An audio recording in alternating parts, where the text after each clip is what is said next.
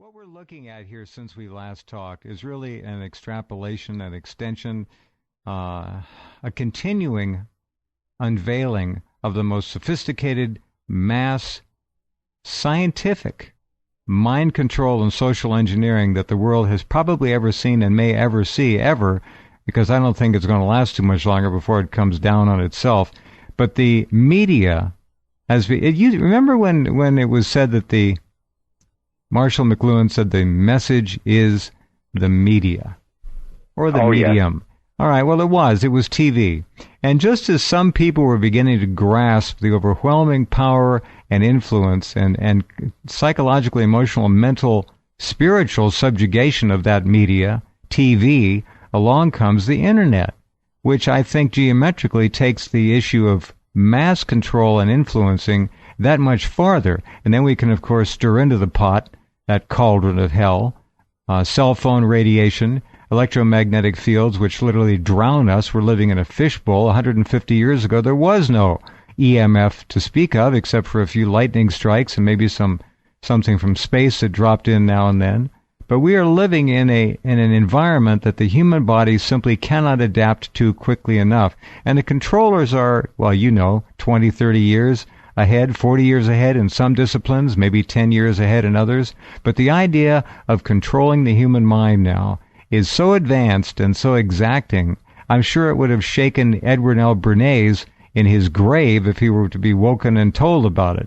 I mean, it's just amazing what's going on. You see that as well as anybody.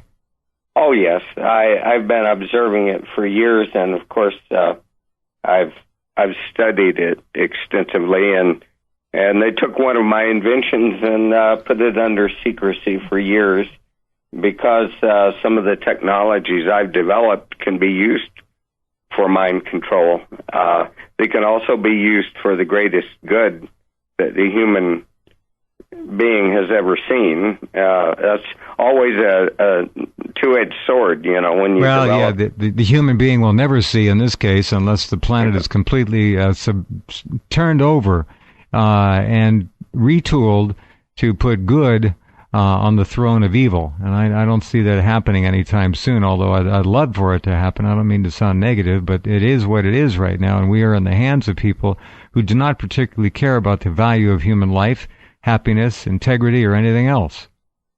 Well, that's true. And, it's Iblis fair seeming. All the TV shows and movies program people to think that the darkness wins, and that it's good to have no integrity. The people with no integrity, they're always, they're rich, they drive the best cars, and they end up, winning and beating the other people out. So greed is good. And then greed wins. Greed is good, and that message goes in on several levels. And remember, it is also being enfolded and embedded into the subconscious through these technologies we've briefly mentioned. We'll get into that more as we continue. Exactly. Yeah, the technology's reinforced, so we're getting it subconsciously and we're getting it consciously on multi-levels. The TV sets, scan rates, and, are designed to put people into, alpha states or below, and hypnotic trance, and then they've got the modulations coming from the Wi-Fi towers, and the modulations coming in through subliminal programming on the TV sets, and then also through the power lines. There's plenty. Now let me say one thing, and then I would like you to please tell us that anecdote again. That is a classic, and it's crucial, and it was many years ago. Now, the idea that the human mind is an electronic organism, an electronic machine, is certainly not what most people envision. They think we're chemical first, what we eat is crucial and all that. It is crucial, but we're electrical first and chemical second. And they, being the scientists who are behind this effort to control people, have decoded much, if not all, of the valuable parts of the human emotion spectrum. The emotional spectrum is known in terms of hertz, megahertz, and other kinds of electromagnetic radiation and frequencies, and can be programmed. We know that people who go near secure military installations will all of a sudden become very nervous and frightened and want to leave. They want to get the hell out of there. And that's because the frequency for fear is being broadcast on a perimeter basis all around that facility. This is really older technology. It's not new.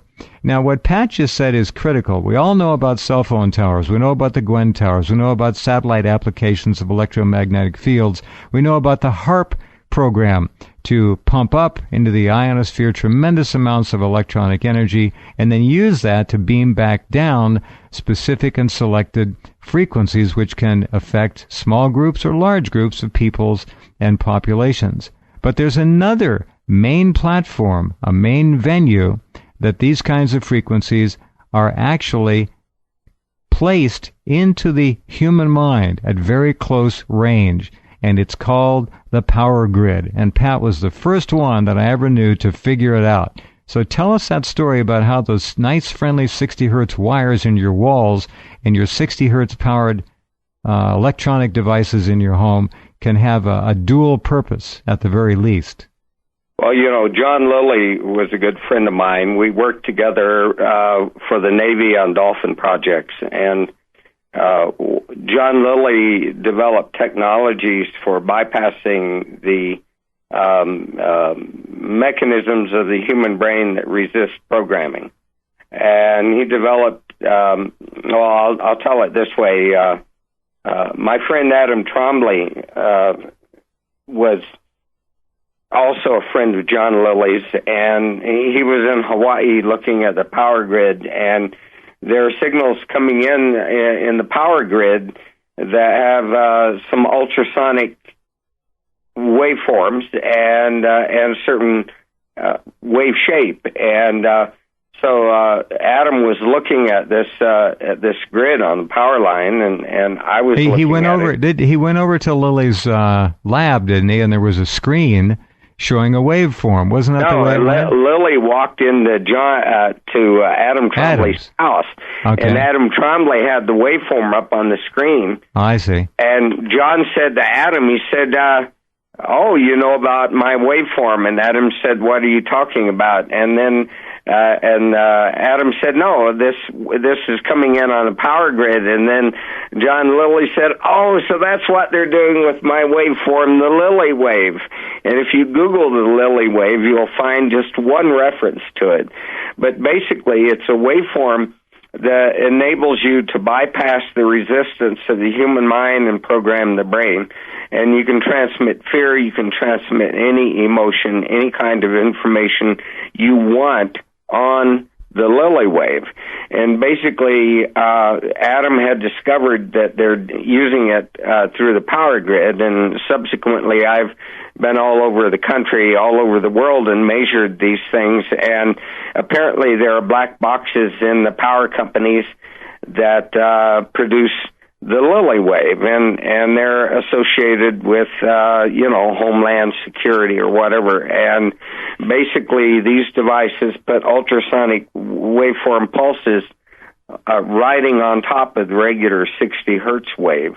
And they are mind control waves, and they're coming into everybody's house. So the Lilly wave basically disarms the brain's ability to discern and decide. It just puts it in a neutral state where things just flow right in, much like the flicker of the old TV set will do. First time you watch TV, it takes about 2 minutes to get into that altered state. It's not beta, it's down in the alpha, almost theta range. You become really a zombie, and then after the first time, it's a matter of seconds. The second time you watch television, and you're taken right into that state where things can pour right into your subconscious mind. So the Lilly wave was used first to disarm the mind, and then your theory is, and Lilly's, and I'm sure Adam's as well, is that the Lilly wave was then piggybacked with any kind of known decoded electronic signature that would cause a reaction in the human brain and consciousness. Fascinating. Well, that is correct, and we know the signatures for every emotional state. The signature of fear, the signature of bliss, the signature of anger. All of these signatures are very easy to duplicate, recreate, and you can, disarm with the Lilly wave. It goes right in, and then you put whatever you want in there. Plus, whatever subliminal programming you want. You can create unrest, you can create civil unrest, you can create riots, you can do anything you want. And the amazing part about it is it can also disarm the brain to the extent that the other platforms, cell towers, the Gwen towers, HARP, can also pump up and pump out any number of electronic frequencies that will then have a free ride and entree right into the human mind en masse. This is not just an isolated issue. It's an amazing thing to consider.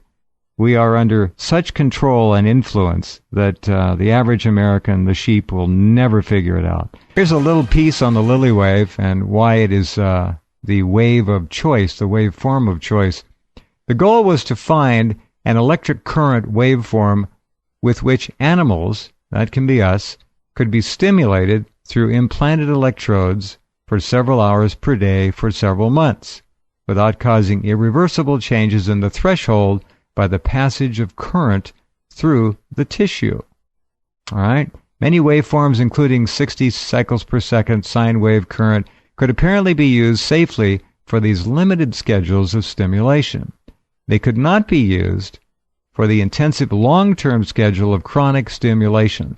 Electric current passed through the brain can cause at least two distinct types of injury, thermal and electrolytic. The technical problem in chronic brain stimulation, and they're using electrodes in this particular study I'm reading about, is to stay above the excitatory threshold and below the injury threshold in the neuronal system under consideration. This result can be achieved most easily by the proper choice of waveforms and their time courses, and less easily by the choice of the range of repetition frequencies and trained durations. So they worked on this and came up with this final statement. The previous waveforms used in neurophysiology and in neurosurgery injured the neurons when unidirectional current passed through the brain.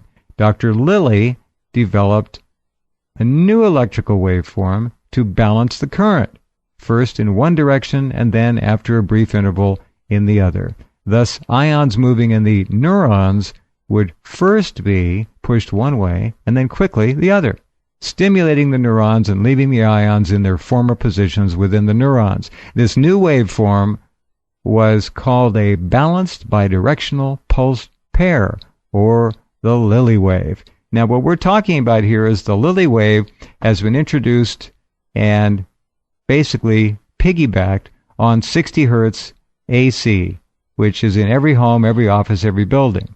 And the idea is that it transmits it. We do know from an electronic reading of any 60 hertz power box with a simple EMF meter, you can pick up electromagnetic fields 5, 6, 7 feet away. So people who are living in a box, in a hamster cage, which is a bedroom, an office, a living room, are surrounded with this stuff. And if they send the Lilly wave in, piggybacked on top of it with other, well, we won't call them control, but we can call them influential frequencies, we have the perfect way to directly affect masses of people in their homes, offices, and other structures where they hang out. Pat, go ahead. Well, that is correct, and it's used in multi-levels. It's used in microwaves also. Microwave stimulation of the brain. The problem with stimulating the brain continuously with microwave or control frequencies is that you can cause damage. You don't want to damage people's brain unless that's your intent. They're doing a good enough job on their own. Yeah. But basically the idea is to stimulate, transmit the information in, return the nerves to their former state, and then the brain doesn't resist it. Because if the same signal keeps coming in over time, the body can develop a defense against it. The Lilly wave is a waveform that prevents you from building any kind of defense.